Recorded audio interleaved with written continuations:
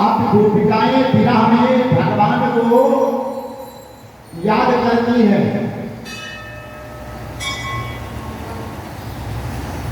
संपत्ति ही केवल अहंकार नहीं देता है, संपत्ति ही केवल अहंकार नहीं देता है, यहाँ तक कहीं कहीं भक्ति में भी अहंकार आ जाता है। भगवान की भक्ति भी करते रहोगे तो भी अहंकार आ जाएगा। यहाँ गोपिकाएं भगवान को प्राप्त करके यही मन में विचार करने लगी कि मैंने भगवान को प्राप्त कर लिया है। और आपको उस दिन भी मैंने कहा था कि भगवान का मजा तो विरह में है, प्राप्ति में नहीं। कोई भी चीज जब आप प्राप्त कर लेते हैं तो धीरे धीरे उसका प्रेम खत्म हो जाता है। लेकिन अगर उसे आपने प्राप्त नहीं किया है तो आपकी विरह वेदना ही उसको प्राप्त करने के लिए आएगी। नए नए प्रकार आप उसको प्राप्त करने का कोशिश करोगे और वही एक भक्ति का रूप। गोपिकाओं को भगवान ने इतना क्यों दिया है? क्योंकि भगवान को जानती है, उन्होंने इतना ज्ञान हो गया कि भगवान तो हमारे साथ ही रहते हैं। अब उनको प्राप्त करने का साधन है नहीं, वो करते रहते, कभी नहीं करते, कभी नहीं करते, कभी ऐसे करते, और इसी सीधा पर भगवान रीझ जाते। गोपिकाओं से अलग हुए राधा जी के पास गए तो राधा जी के मन में विचार आया, भगवान तो मेरे बिना भगवान तो कैसे रहेंगे। राजा जी को लेकर के भगवान थोड़ा सा गोपिकाओं से अलग हो जाता।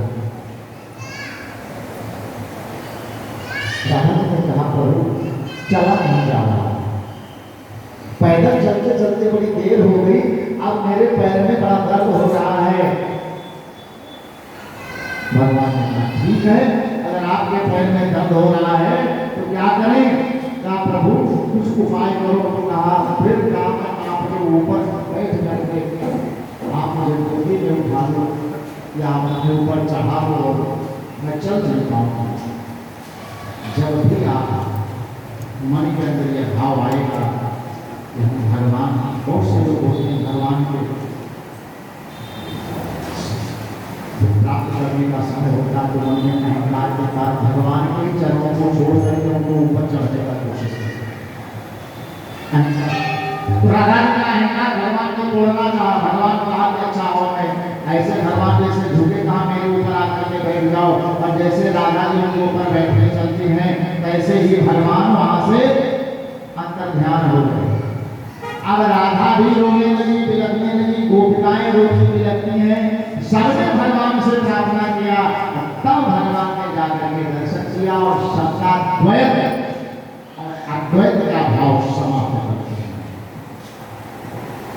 ये द्वैत और अद्वैत में हम लोग फंसे रहते हैं। द्वैत अद्वैत, द्वैत कहता है कि हमारे और सिवा और कोई भी है। अद्वैत में है ब्रह्म सत्यम जगत मिथ्या, केवल भगवान ही है और उस जगत में कुछ नहीं चाहिए, इसे अद्वैत कहा जाता है। और इसी जब इतिहास में उठाएंगे 400 ईस्वी में हमारे यहाँ बौद्धिस्टों का कब्जा था। बौद्धिस्ट बहुत थे, यानी सनातन धर्म खत्म होने पर आ गया था।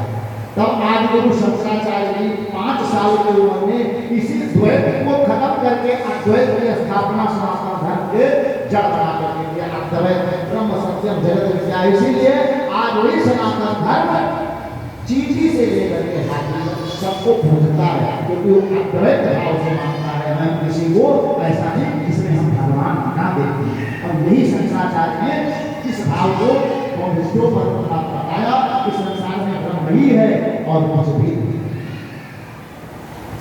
यही चीज ज्ञान राधा रानी और गोपिकाओं को भगवान देते हैं। और फिर उसके पश्चात में आता है इधर रासलीला हुआ और भगवान का समय आया, ध्यान आया कि तुम जिसलिए आए थे असली काम बाकी है। तो कौन सा काम बाकी है? कंस का। नारद जी पहुंच गए, कहा कंस को, कहा हो गया तुम्हारा काम महाराज, मैंने कोशिश किया। तो कहा कोशिश तुम्हारा बेकार है, आज भी कन्हैया ब्रिज में है। तुरंत ही